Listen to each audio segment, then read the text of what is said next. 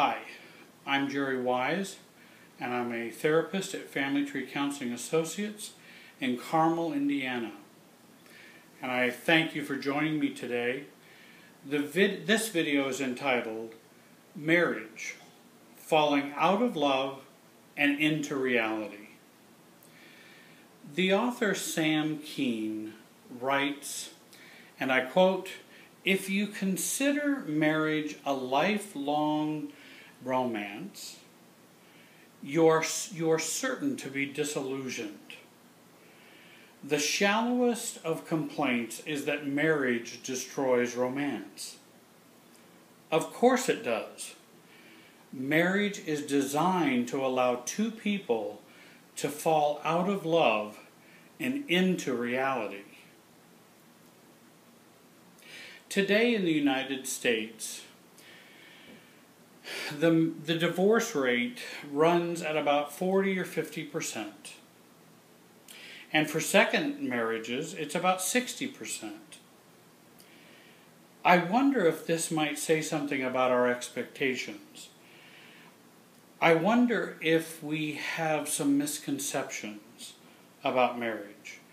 If there are some fairy tales that we might be telling ourselves about marriage, which creates difficulties for us and often causes our marriages to end or to fail. In the 1960s, there was a book entitled Mirages of Marriage. Marriage and family therapists were beginning to confront the misconceptions and myths of what we considered a good marriage, and how these myths contribute to marital unhappiness.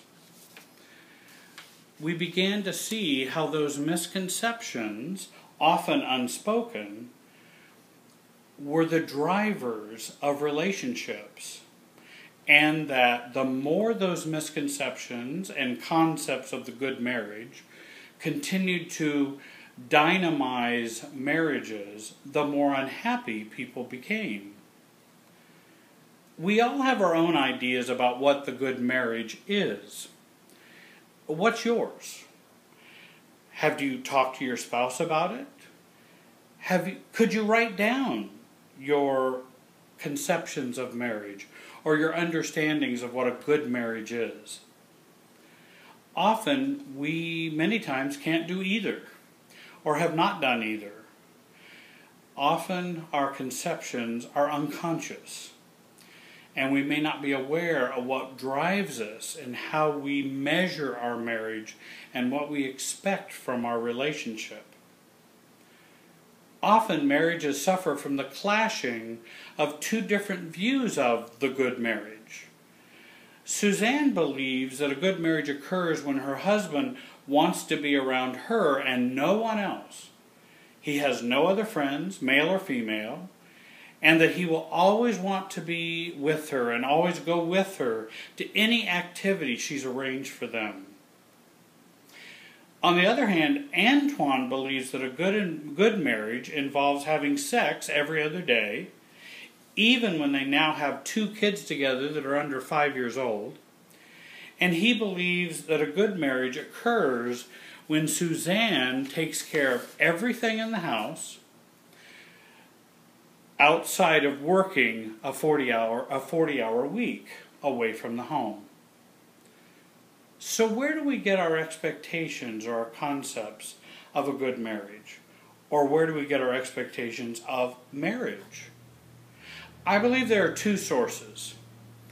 One is the lessons that we learn growing up from our family of origin. And 2, lessons from society. Antoine saw his mother doing everything around the house and watched his father work a 40-hour week job. He would come home, relax, watch TV, go to bed, and get up and work again, while the mother took care of all the kids, all the housework, and everything around the house. Again, a traditional marital role makes up Antoine's model. Suzanne, however, grew up with an abusive father and an immature mother. She then knew that a good marriage must be when a husband is never gone and only focuses on her, and for her enmeshment is her model of a good marriage. When Antoine and Suzanne met, they fell in love, had an intense romance for many months. She then became pregnant, and they chose to get married.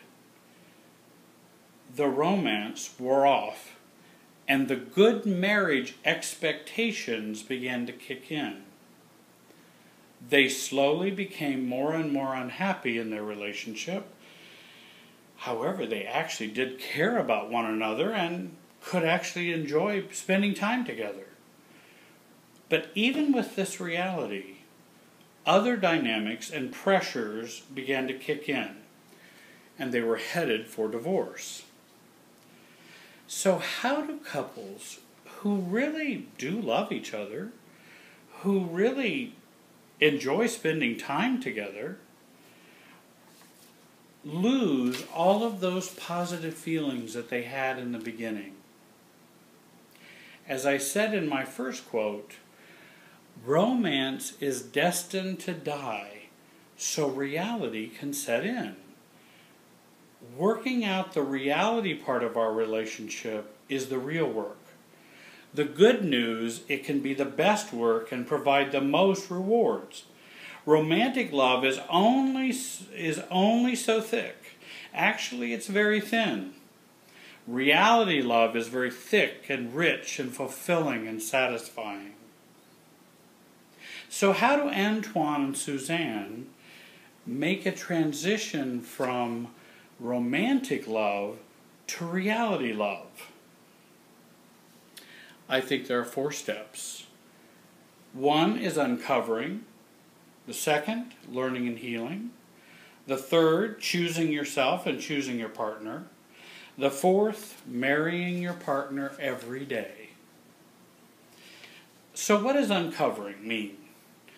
Uncovering is going back to explore the paradigm, the emotional system that controls your views of your marital relationship. Doing genogram work. And genogram is simply a family tree that is an emotional family tree. In other words, what did we gain emotionally from our growing up in family of origin? How did that shape what we see as the norm for marriage and what our expectations are? Because some of our expectations can also come out of our brokenness. Second of all, learning and healing. Learning what a healthy marriage looks like, feels like, sounds like, giving up those illusions, gaining insight into your basic sense of self, and healing the wounds from the past. I think it's very important to remember that there are very few couples that I know of who have a really good, sound understanding of what a healthy marriage is. Most do not. And I think that contributes to our very high divorce rate in our country. Thirdly, choosing yourself and choosing your partner. This is a period in which you practice being the new you. You practice the new dance between you and your spouse, experiencing the new joy and freedom and choosing your spouse based on reality and healthy expectations. And then fourthly, marrying your partner every day. Choosing a new life with your new partner, I mean your partner who has become new, using your new intimacy skills, your new insight,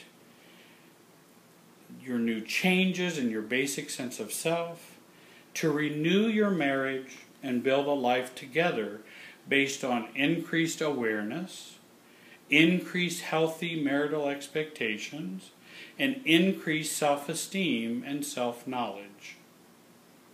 And during this time we can abandon these unhealthy family of origin and societal delusions about relationships and begin to establish our relationship based on real information about each other and genuine commitment toward each other. I so often hear the question, after couples have spent many months, if not years, of painful, unhealthy patterns of behavior, can couples really change? Do you think we can really fix our marriage?